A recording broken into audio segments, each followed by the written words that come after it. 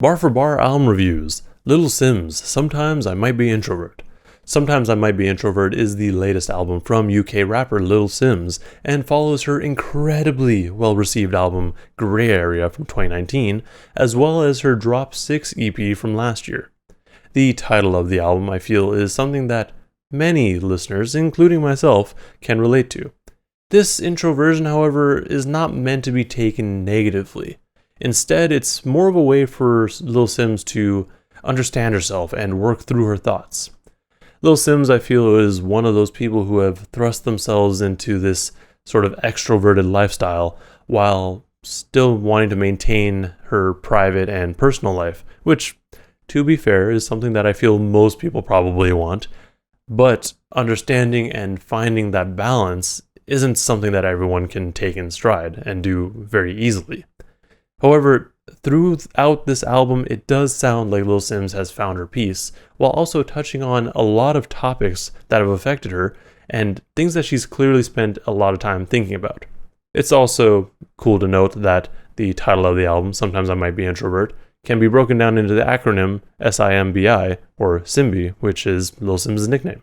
The album starts off with the booming first single, Introvert, which tackles issues ranging from corrupt governments to Simz' personal feelings as an introvert.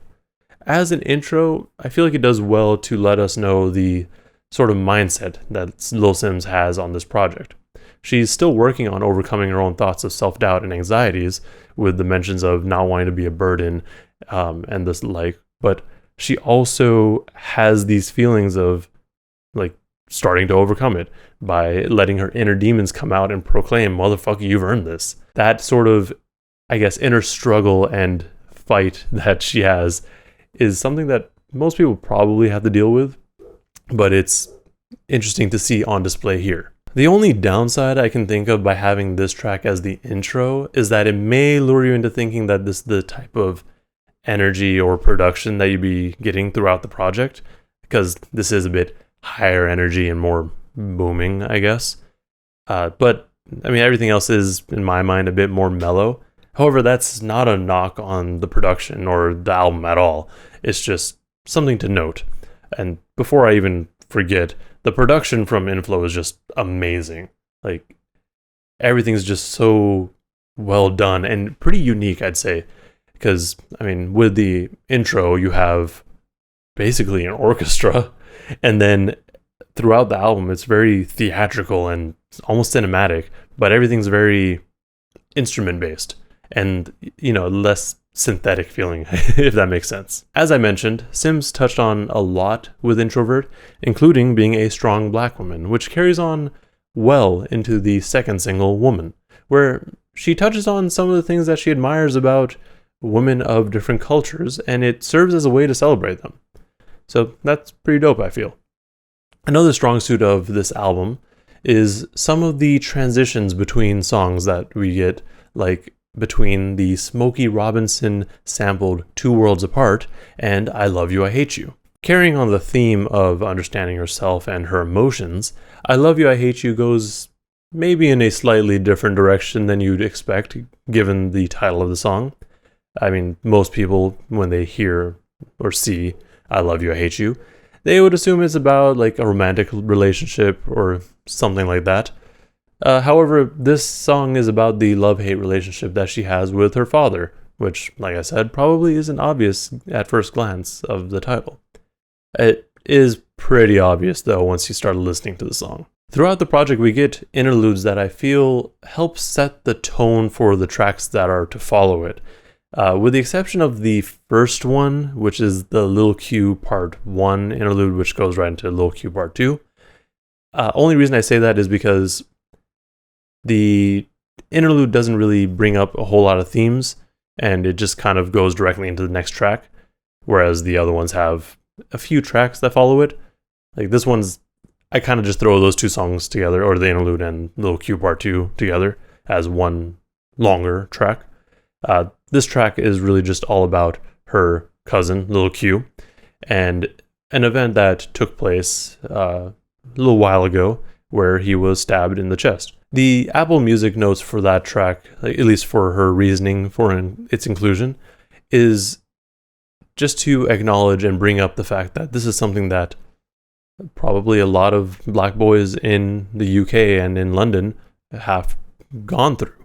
So it's more just raising awareness, I'd say. Like I said, though, with the other interludes, they do help to set the tone for the following tracks.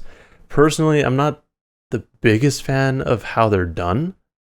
Like, they do well in terms of like letting you know what's going to come next, but I feel like sometimes they break up the flow of the album, which, again, not a huge deal, but that could just be me. But like I said, it's helpful to have. The Gems interlude has our fairy godmother Emma Corrin reminding Simz to breathe and pace herself, to which Simz replies that she just wants to be the greatest version of herself. The next few tracks following the Gems interludes brings us songs like Speed, which ironically has Simz reminding herself and others that the path to success is less of a sprint and more of a marathon.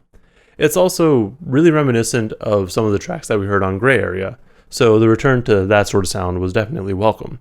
I also really like that at the end of the track, there's, I don't know my string instruments, but there's what I'm assuming a violin just coming in, and it just sounds so dope. We also get Standing Ovation, which is a celebratory track in which Simz reflects on her career thus far, and it's almost like she's demanding recognition when she says, I think I need a standing ovation. And that kind of goes into, like I mentioned on Introvert, like she has the two sides of her where she's a little bit, I guess, laid back and just kind of like keeps to herself. But then she also has those moments where she has these outbursts and she's like, no, I'm dope. Fucking pay attention to me. The next interlude, The Rapper That Came to Tea, has Emma Corrin talking to Simz again. This time it seems to be addressing the introverted behaviors that Lil Simz has, and how many of the others at this tea party are extroverts, and these extroverts like to be entertained. It sounds like she's telling Simz this almost as a warning, but maybe also as motivation to push through and go beyond the limits that she has set for herself.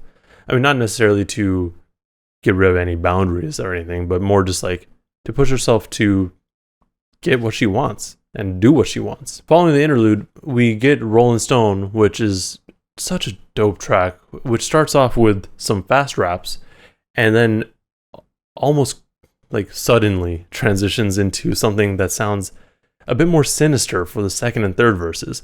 Protect My Energy carries on some of the ideas mentioned in the aforementioned interlude, and its inclusion makes a lot of sense.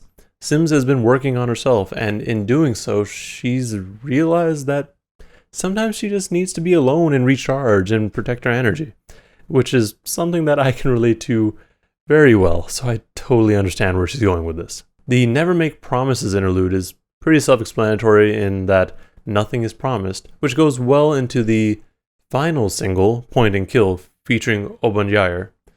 This track, as well as the next one, Fear No Man, has, according to Simz, a Nigerian vibe to it, and I'm here for it.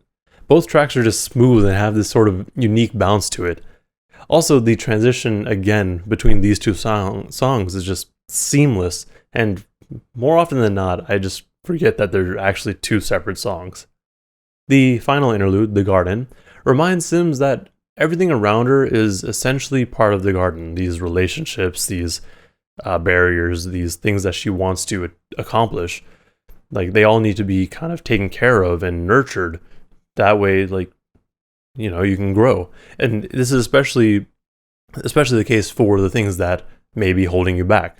Like you want to kind of work on them, and as you do, like you'll become a better person, ideally. This leads into what could have been the outro for the album, I feel. How Did You Get Here? Which has Simz running through all the things that she's gone through to get to this point in her career, while being accompanied by this choir, which just makes it sound so... like, I think that's really what makes it feel like an outro to me. With that said, though, I feel like the final track, Misunderstood, is really a better outro for this album because it does properly wrap up a lot of the things that we've heard throughout the project, and I think it addresses them a little bit better. Overall, this album was beautiful. I had really been looking forward to this album since the single Introvert came out, and in fact, once the second single came out, Woman, I just entirely refused to listen to any other single because I didn't want to spoil the album for me. Just based off of those 2 tracks, I had a feeling that I'd really enjoy this album, and I'm happy to say it met my expectations.